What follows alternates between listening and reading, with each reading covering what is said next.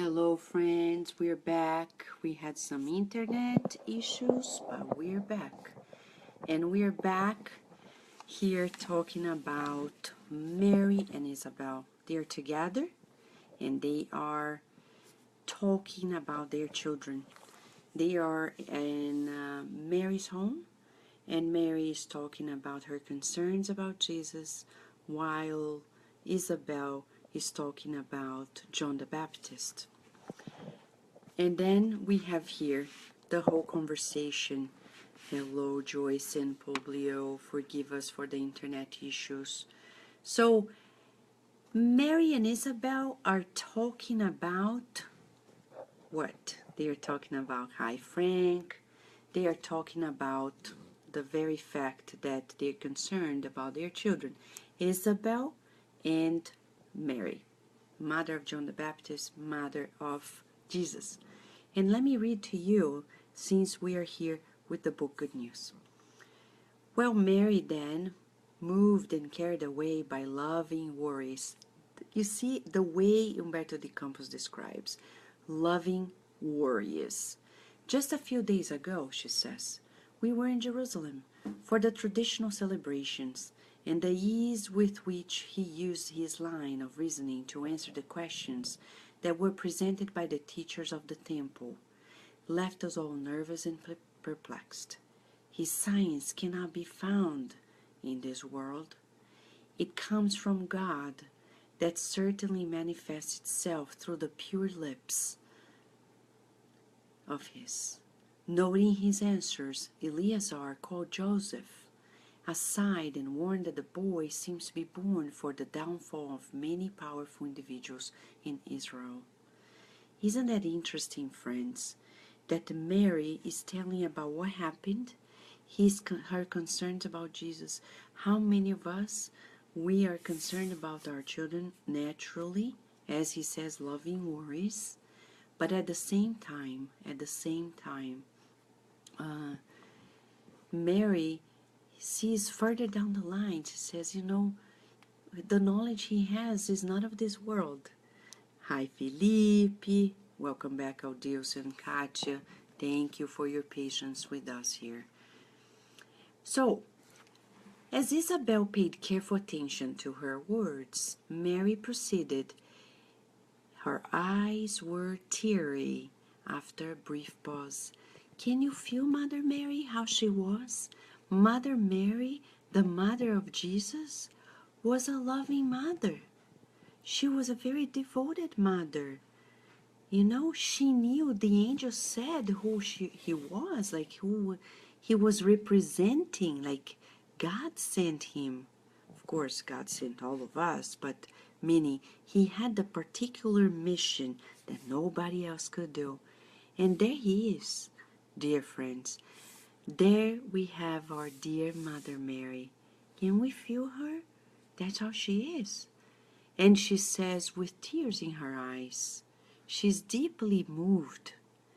Aware of that warning, I sought Eleazar, who is the doctor of the temple in Jerusalem, in order for him to intercede for Jesus through his valuable relationships with the temple's authorities. You see, for this much, Jesus was going to be in the school of the synagogues. And I say this much figuratively, but we're just saying, see where the mother's coming from. See where Jesus was. You see, Humberto de Campos is going to give us unprecedented details. I thought of his unprotected childhood. Mother Mary, you see, loving worries. Even the angel Gabriel came and said about Jesus, but still she's concerned. Hi, Andrea. So she says, and I fear for his future. This is Mother Mary. Forgive me for repeating this a million times. Eleazar promised to become involved in his fate. However, when returning to Nazareth, my fear increased tremendously. I spoke with Joseph in greater detail about the little one, since I was worried about preparing him adequately for life. However, in the days that followed, thank you, Jussara, also for your patience. So she says, however, in the days that followed our conversation, Joseph and Mary, Jesus approached me in the morning. In the morning, because usually in the morning, he was so charitable, moms are more refreshed to have these conversations. Because in the afternoon and the evening, moms are already like depleted, right? So Jesus was very kind to come in the morning. And then he questioned, because it's a strong questioning. Mother, this is Jesus. What do you want from me? Haven't I been the testimony of my fellowship with the Father in heaven? We're back, Marco. Thank you also for your patience. Our internet just disappeared. So, Jesus is asking her, Mother, what do you want from me? Haven't I been the testimony of my fellowship with the Father in heaven? Highly surprised by the question, I answered hesitantly, this is a little one talking to his mom, with respect, but with firmness. And she says, I care for you, my son. I recognize that you need better preparation for life. And Umberto de Campos describes, but as if he had full knowledge of what was in my heart, Jesus pondered, Mother, all useful and generous preparation in the world is precious. Let me repeat. He says, all useful and generous preparation in the world is precious. But I am already with God. My Father, however, wishes that we exemplify all that which is good. Thus, I will choose the best school. I want to go there. What is the best school? Do you know? Now we're going to get to know. What is the best school for Jesus? He chose the best school. What is it? On the same day, in spite of the wonderful promises about him that the sages had made in his presence, Jesus approached Joseph and humbly asked him to be admitted into his line of work. Since then, as if he wanted to teach us that the best school for God is home, the best school for God is home and self-effort. The best school for God is home and self-effort. Let us repeat this. The best school, sorry. Yeah, even the cell phone cannot believe it. The best school is home and self-effort. And we are talking about a crisis in education, especially in the United States, not only, but in the United States. Our schools are very concerning, very concerning, very concerning. If you send a kid to school, you should be concerned, because that preparation is not very generous in many ways in regards to the formation of character. So he says the best school is home. So, friends, if we are parents to be, or if we're parents, one thing we know, that task, that mission, we cannot delegate to anybody, not even to grandparents. People can help out because we live in a family constellation, but our one-on-one with our children, we cannot delegate it. Leon Denis is even stronger in that regard. He says we should never delegate our time with our kid to anybody unless it's extremely needed, and not necessarily, and in a way, we should watch out when we send babies to daycares. They need their parents. They need people who love them dearly. No wonder the problems we are having in colleges, universities, and schools in the United States. Yes, right? The mass shootings. Why? Because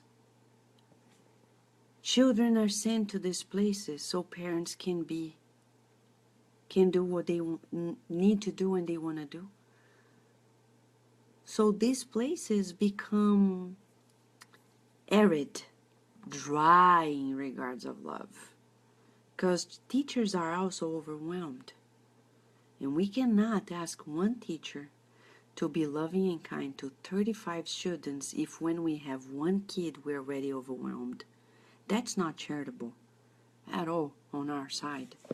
So we're talking about the best school, Jesus said, is home and self-effort. Home and self-effort. Home and self-effort. Concluded the mother with simplicity. Hi, Gustavo. And he finished his wood in the shop, and then the hammer and the axe, filling the house with cheer, with his sweet joy. That's Jesus, our master. These are the good news we're learning from Humberto de Campos. Can you imagine a preteen coming home and cheering everyone up? This is our master. You think he was talking about the good news without feeling it? He walked the talk. He was joyful. Here is the proof. We have here Humberto de Campos telling us that he would work with his dad, work hard. Friends, this is the governor of the planet, doing the simplest of works. Let's meditate on this. Simplify our lives and the lives of our children. They're stressed and overwhelmed because we want them to do extra after school activities and extra activities and you know the extra they need? Extra of love. They need us to stop everything. Hug them, play with them, be with them. Yeah, that's what we need to do. Give them love. Make them feel that they're accepted no matter what. That we're not superior to them just because we're parents. Because we're not. Even Kardec in the Spirit's book, he asks the spirits if it's possible that our children are more evolved than us. And these spirits answer in a way that's quite surprised. They say, most often than not, they are more elevated than us. And why do we use our temporary authority to exercise and power struggle with our kids? Why? We don't need to. You know, we don't need to. It's not a matter of power. It's a matter of love. The power of love, not authority. So Isabel listened attentively to Mary's story. And after other practical matters, both of them observed that the first shadows of the night were descending on the landscape, graying the cloudless sky. The woodshop was already closed, and Joseph sought the serenity of the home's interior for rest. You see, Humberto de Campos is describing the vibrational tone of the home, of Mary and Joseph and Jesus and others. Serene. It was serene. We need to cherish at home our serenity and create the serenity field with love and mutual trust and cooperation. It's not easy, but we need to strive for it. And then the two mothers looked at each other somewhat unsettled, asking themselves where their two children could have gone. They're like, oh my God, where are they? They were children. Nazareth, with its landscape that is among the most beautiful of all Galilee, is perhaps the most beautiful corner of Palestine, said Humberto de Campos. It's modest and rocky streets. Google a little bit of Nazareth so you can picture the scenarios that Jesus lived in, okay? If you don't know it yet.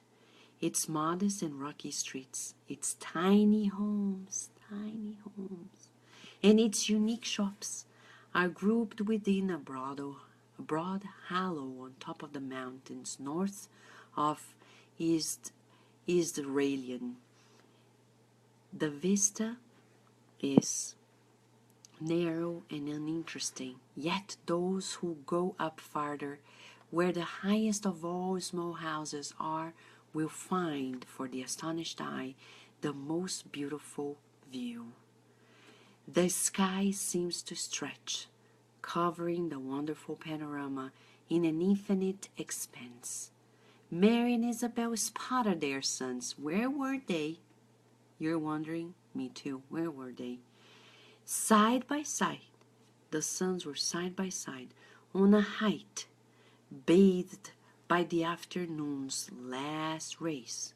From a distance, one had the impression that Jesus' hair fluttered in the soft high breezes.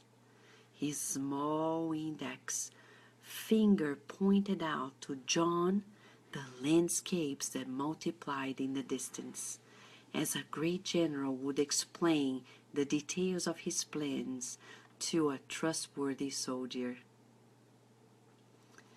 He's reading to us the emotional body language, right? Before his eyes were the Samaria mountains, the summit of Megiddo, the heights of Gilboa, the narrow outline of Tabor, which later on would be remembered for the moment of transfiguration, the valley of the sacred river of Christianity, the ridges of Safed, the Gulf of Clafa, and the elevated scenery of Peru, in a superb set of hills and valleys besides the crystal clear waters. Who could know what the solitary conversation that they had? Distant in time, we would assume that this was the first union on earth between love and truth. Let's listen from Humberto de Campos. Remember, in the preface, he shared with us that he learned these passages in the School of the Gospels in the spiritual realm. The preface of the book talks about it. So he is analyzing according to what he learned. He's saying, this is the first union on earth between love and truth, Jesus and John the Baptist, for the conquest of the world. We know, however, that on the following morning, when the precursor was leaving the company of his loving mother, Isabel asked Jesus, with graceful interest, "Don't you want to come with us?" And Jesus, the little carpenter from Nazareth, prophetically replied with profound kindness, "John will live first." Right? After a few years, we'll find the Baptist in his glorious task, paving the way to the truth, preceding the divine work of love that the world would know in Jesus Christ. Hi, Andrea. I know we're always learning with our children, right? What a blessing. So here Humberto de Campos is telling us that John the Baptist represented the truth and Jesus represented love.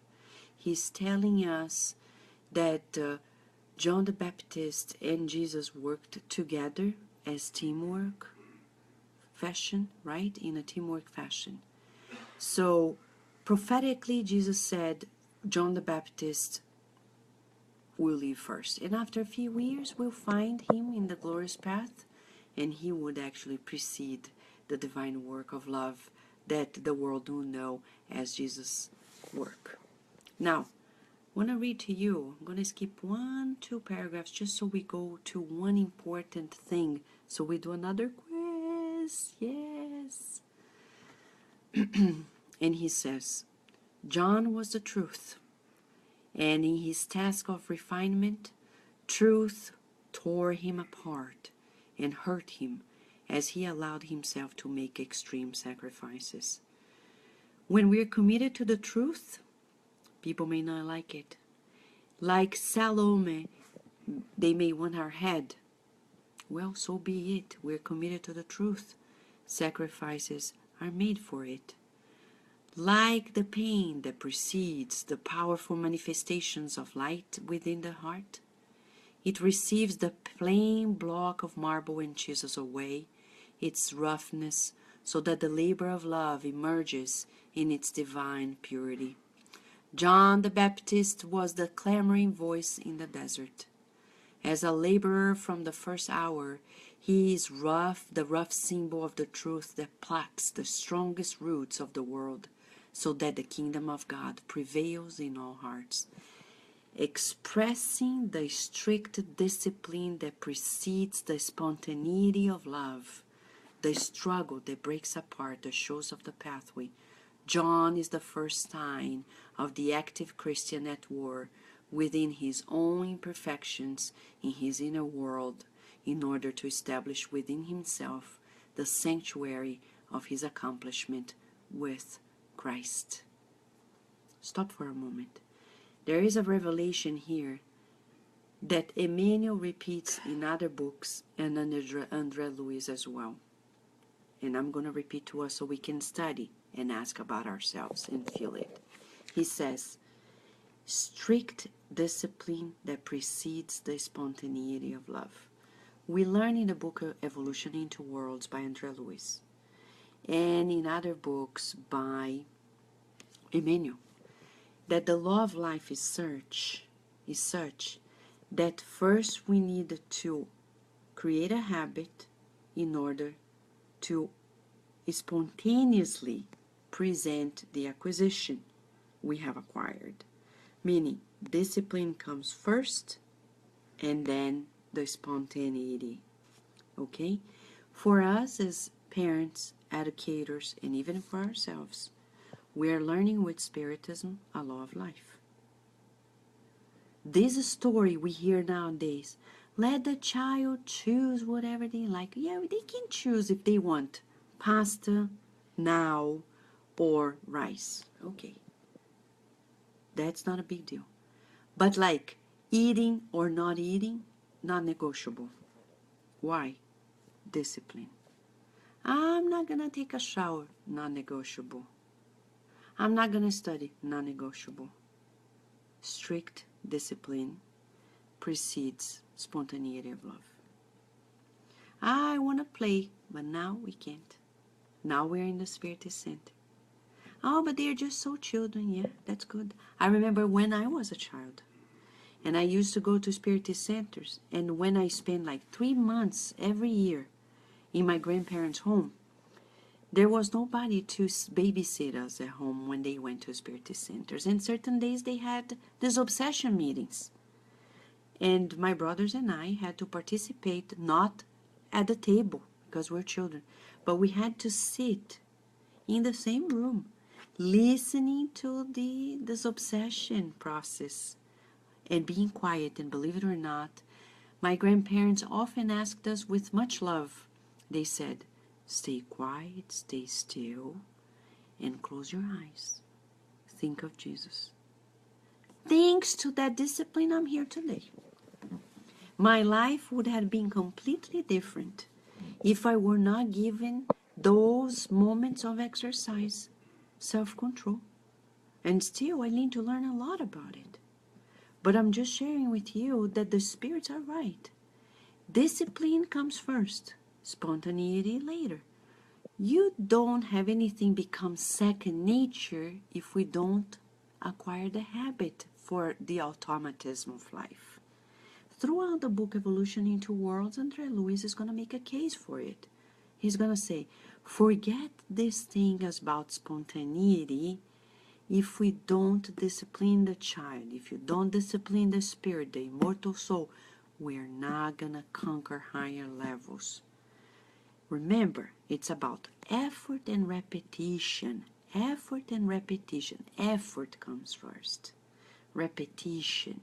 And in this effort and repetition, we start doing things automatically. So people may not be used to doing a certain thing. But if we practice out of our own discipline and the discipline for everything in life, then it becomes spontaneous, automatic, right? Yes, we should. You're right, Andrea and Tanya. We should do the same thing. The same thing. John the Baptist, he learned about discipline, and Jesus did too. As a child and a teenager, he stopped at the shop of his father to work there, and then later he came home and cheered up everyone. He was always serving, always helping, always, because he's the master. But the good news for us is that if we keep making effort and repetition, that's the line of work for discipline, naturally we're going to open up the heart for love. Strict discipline that precedes the spontaneity of love. And that's why Jesus said of John the Baptist, of the sons of women, John the Baptist is the greatest of all. Why? The discipline, the commitment to the truth. Final therapeutic question for us. Where are we regarding loving discipline? We, not our kids, not the people who we work with, ourselves. Scale 0 to 10. We need to rate it. We need to do this the self-discovery. Where are we regarding discipline? And discipline is not about time. Oh, the meeting starts at 9, we're there at 9. No, no, no. It's about discipline of everything. Thoughts, feelings, words, action. Today somebody was telling me about the lack, of hygiene that some people have. I was reading it somewhere. And then Mentor Joseph said to me, we should be concerned about our lack of mental hygiene. Lack of mental hygiene when we have too many judgmental thoughts and feelings. Why can't we just be simple and open our hearts to the discipline of love? Discipline. Thinking goodness always. Remember Emmanuel saying in the book Living Spring, chapter 137, he says to us that Jesus came so we could attend to the good. He came for us so we could exercise this goodness, this kindness inside of us. How do we do it? We need to put ourselves in a disciplined system, in a systematic coaching program for the soul. Systematic. Every day, let's make exercises then to discipline from thoughts, then to feelings, then to words and actions. Let us exercise here the discipline of thoughts. Discipline of thoughts. Let us be committed. This is December 5th, the December month, when we celebrate the coming of Jesus and the bringing of the good news. Let us exercise from now till midnight tomorrow and focus on this exercise, the discipline of our thoughts. As Joanna de Angelis says, substituting negative thoughts for positive ones. Negative thoughts for positive ones. Negative for the positive. And then strictly disciplining our thoughts. Soon we're going to feel the spontaneity of love, as Humberto de Campos is describing here, telling us about the cousin of Jesus, John the Baptist, and his representation of strict discipline that really bridges up to Jesus, the spontaneity of love. Are you moved? Are you feeling excited and joyful? Yes, yes. This is the good news of today, and thanks to the Master, we are more joyful today than yesterday. Dear friends, we wish you a beautiful night or a beautiful morning, depending on where you are when you listen to this. And God providing, we'll be here tomorrow at midnight with another moment of the 30 days of good news with the Master. Much love to all.